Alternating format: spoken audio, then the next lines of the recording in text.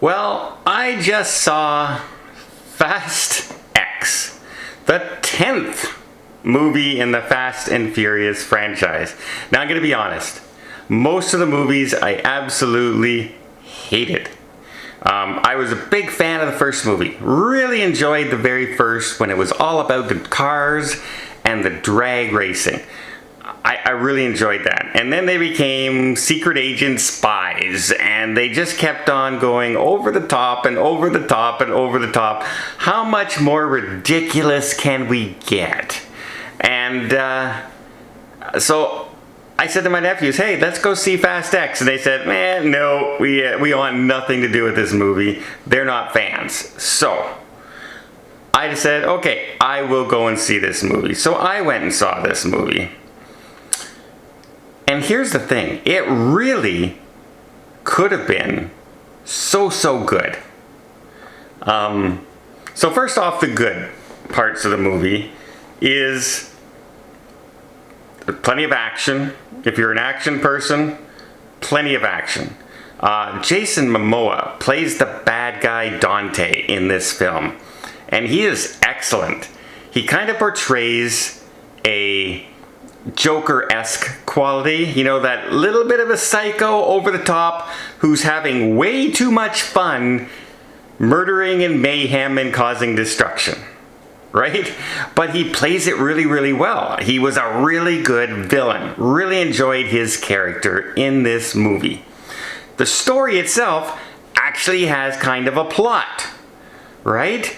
It's not just a throw everything together kind of thing. If you would cut this movie down in time a lot and condense it and just went with the plot, and it would be not a bad little adventure. It would be really good, which is kind of disappointing to me, because had they not done the over-the-top things and just made this a movie with real physics and a story, this could have been one of those really cool action films that lives on. Instead, it's going to be one of those films you go see and it disappears from your memory completely until the next film. Because they just go so over the top. Over the top. So now the bad parts of it. Things that I don't understand. Well, a lot of the CGI is pretty bad in this film. A lot of the reactions to crowds, like at one point there's this giant ball, like a boulder from Indiana Jones, rolling through the city of Rome, and it's on fire, it's a huge bomb, and it's smashing into walls and breaking through cars and smashing, you know, over, and people are like reacting to it like, oh, like this. But you can see their CGI. They have no reaction to the act. It's not like it's beside them.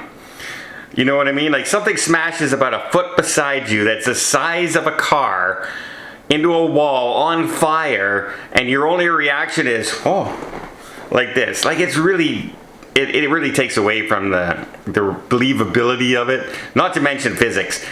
As always with these films, physics completely goes out the window in this movie. It's non-existent. A big huge explosion comes towards people, and he pulls a car in front of them, and the car protects them from the fire, because we all know that heat is stopped immediately from a square tube around a car, and on the other side of the car it's perfectly normal, like it's air conditioned. I guess he has really good air conditioning in the car because it saves him from a blast. Remember in one of the last movies when all the cars pull around him during a big explosion and he's safe because the cars are parked there? That's not how fire works, but you have to go with it with these films. It's ridiculous, but it's what they are. And everybody comes back into this. Jason Statham comes back into this. The regular cast is back. And they bring back a few surprises near the end of the film. Some cameos, if you will, that make me want to see the next movie, even though I really couldn't care less. The story just... The story could have been so good. Like I said, Jason Momoa was a really good bad guy. The trouble is, the action they throw into it is so unbelievable, because These guys are carjackers, right? And they just, two of them are hackers. One of them's kind of like a con man. Then you have Dom, who's an actual tough guy, supposing, I guess. But suddenly, everybody's a martial arts expert. Every single person. Doesn't matter who they are martial art. Like, they're fighting assassins, they're fighting armored soldiers, and they're just throwing them around all over the place.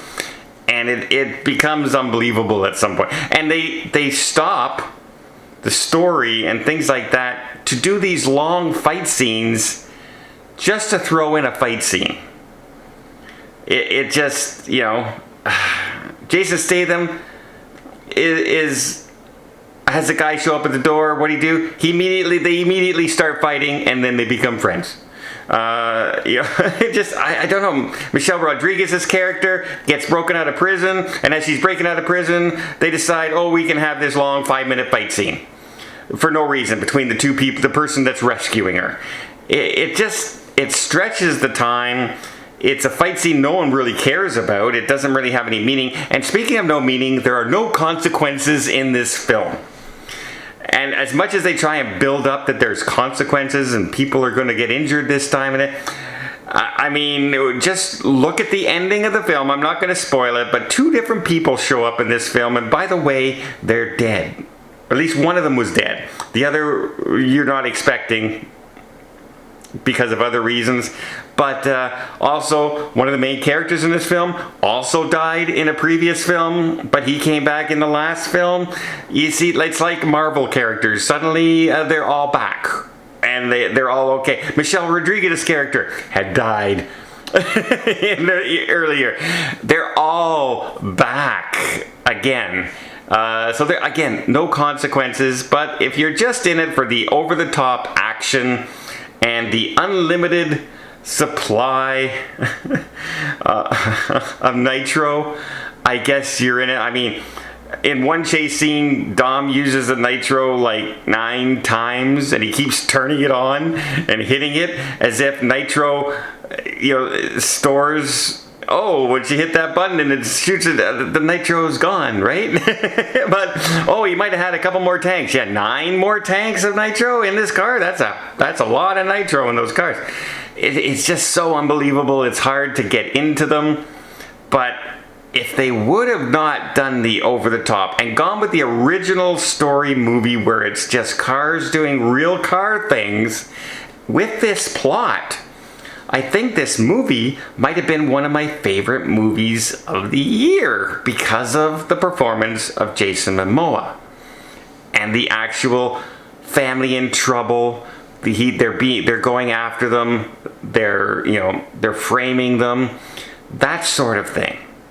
I kind of like the story, but that breaking of physics, breaking of reality. Everybody's a martial arts expert, and physics go out the window, and there's no consequences. Just takes me out of these kind of films. But you may enjoy it. It's not a bad film. By no means. It's probably better than most of them that have come out, mostly in part of Dante.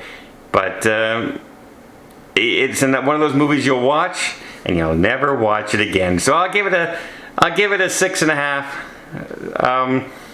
I'm not sad I watched it, but again, it's one of those movies that I said, wow, this could have been so much better.